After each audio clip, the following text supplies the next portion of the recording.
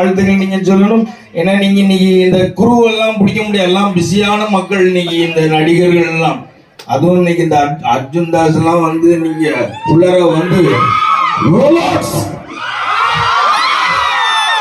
அப்படின்னு சொன்னாருன்னா தேட்டரே அது இங்க ஒட்டுமொத்த பொண்ணுங்களும் அவங்களுக்கு ஃபேன்ஸா இருக்கீங்களே.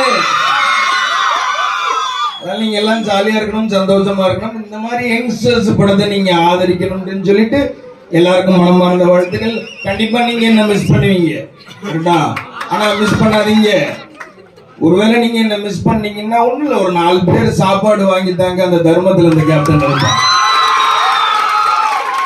ஒரு 2 பசங்களை படிக்க வைங்க, அந்த கல்வியில இருந்து கேப்டன் இருப்பாங்க. ஜாதி மதம் பார்க்காம எல்லாரும் ஒற்றுமையா இந்தியன்னு ஒற்றுமையா இருங்க.